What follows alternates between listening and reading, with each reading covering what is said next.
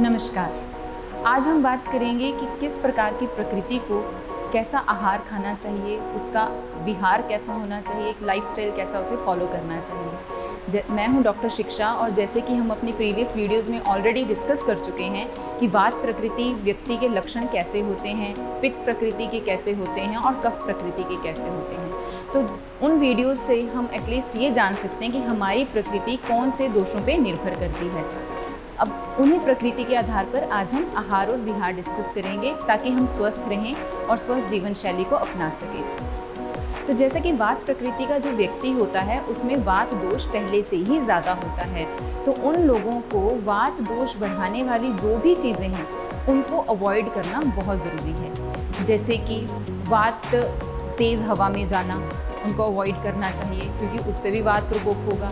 बहुत ज़्यादा शोर शराबा उससे भी वात प्रकोपित होता है और उनका मन और ज़्यादा चिड़चिड़ा हो जाता है, इसलिए उन्हें हमेशा एक शांत माहौल में ही रहना चाहिए। अगर मैं आहार की बात करूं तो आहार में इनकी अग्नि जो है दैट इज़ डाइजेशन पावर है, जठर अग्नि जिसको हम कहते हैं, वो विषम रहती है। विषम इन द सेंस कि कभी इनको भूख ज़्यादा लगेगी, कभी इनको भूख बहुत कम लगेगी। तो इसलिए ऐसे लोगों को जिनकी की वात प्रकृति होती है उन्हें आहार थोड़ी थोड़ी मात्रा में और बार बार खाना चाहिए। जैसे दिन में 4 से 5 मील्स ले सकते हैं। ऐसा नहीं कि एक ही बारी में सारा आहार ले लिया, पेट भर के खाना खा लिया। इवन आयुर्वेद में बताया गया है कि आहार पूरा पेट भरकर नहीं लेना चाहिए या फिर 1/3 को हम खाली छोड़ देते हैं। ये बहुत ज़रूरी है ताकि आहार की जो डाइजेशन है वो प्रॉपर हो। तो इसलिए जब भी भूख लगती है खाना सीमित मात्रा में खाएं, चाहे उसे बार बार खाएं। ये वात प्रकृति के लिए बहुत ज़रूरी है। दूसरा, वात व्यक्ति जो है जिसकी वात प्रकृति है, हमने ऑलरेडी डिस्कस किया था, उनकी स्किन ड्राई रहती है, ड्राइनेस बहुत होती है उनकी बॉडी में, रुक्ष होते हैं। तो ऐसे लोगों को अपने आहार में घी, तेल, इनकी मात्रा थोड़ी अधिक रखनी चाहिए। अगर हम रसों की बात करें, आयुर्वेद में 6 रस बताए हैं: मधुर, अम्ल, लवण, कटु, तिक्त और क्षार। इन लोगों को मधुर, अम्ल और लवण इन रसों का अधिक सेवन करना चाहिए ताकि वात की शांति रहे। मधुर दैट इज़ मीठा, सबको पता है मीठा आहार खा सकते हैं ये। अम्ल में जैसे दही आता है, ये अम्ल द्रव्यों में आ जाते हैं। और लवण नमकीन पदार्थ, ये इनको थोड़े ज़्यादा लेने चाहिए एज़ कम्पेयर टू कड़वे द्रव्य होते हैं या फिर जो कसैले द्रव्य होते हैं उनको कम खाना चाहिए ताकि इनका वात प्रकोपित ना हो। अगर हम प्राकृतिक बिल्कुल नेचुरल रूप से देखें तो जो वात है वो कई बार नेचुरली ही प्रकोपित रहता है।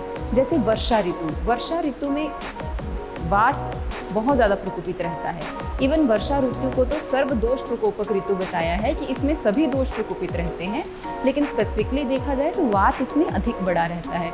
तो वर्षा ऋतु में खान पान का बहुत अच्छे से ध्यान रखना चाहिए एक वात प्रकृति व्यक्ति को, क्योंकि नेचुरली ही वात उसमें प्रकोपित हो रहा है। दूसरा, जो वृद्धावस्था है, जो ओल्ड एज पीपल हैं, दैट इज़ पीपल जो कि मोर देन 60 ईयर्स के आते हैं, उनमें वात नेचुरली ही डोमिनेंट रहता है, वात दोष। तो इसलिए उनको भी जो खान पान है वो वात दोष के अकॉर्डिंग ही रखना चाहिए जिससे कि वात दोष बढ़े ना।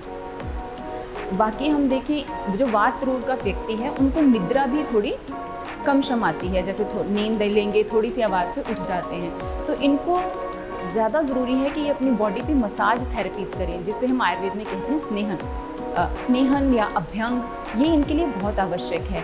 इनको टांगे दबाना बहुत अच्छा लगता है कि हमारी टांगे कोई दबा दे, इनको बहुत ज़्यादा रिलीफ लगता है क्योंकि ये चीज़ें वात दोष को कम करती हैं। स्वेदन इनके लिए बहुत अच्छा है क्योंकि वो भी वात दोष को कम करेगा। वात वायु ऑलरेडी उसमें शीत गुण रहता है, जब भी आप कोई उष्ण चीज़ लेंगे या गर्म चीज़ लेंगे वो उसको स्पेसिफाई करेगी, कम करेगी। तो इसलिए इन्हें ये चीज़ें ज़्यादा पसंद आती हैं। तो इन चीज़ों का ध्यान रखना बहुत ज़रूरी है वात प्रकृति व्यक्ति के लिए।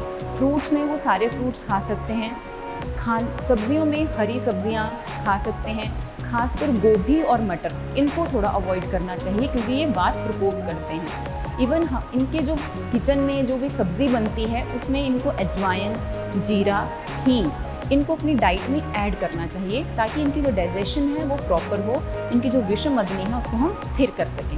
इन चीज़ों का ध्यान रखना चाहिए। फिर गेहूँ खा सकते हैं, दालें, सभी प्रकार की दालें खा सकते हैं। और अवॉइड करें तो किसको, जैसे राजमा, जो बीन्स हैं, राजमा को अवॉइड करें, चने अवॉइड करें जिससे कि वात प्रकोपित ना हो। ये सभी चीज़ें वात को प्रकोपित करती हैं, इनको अवॉइड करना चाहिए। और जो भी चीज़ हमारी वायु को शांत करती है उनको खा सकते हैं। और घी को अपनी डाइट में डालें, क्योंकि घी वात शामक होता है, बहुत अच्छा वात शामक है, तो घी को ये ज़रूर लें। पानी, उष्ण पानी का पिएं, दैट इज़ वार्म वाटर।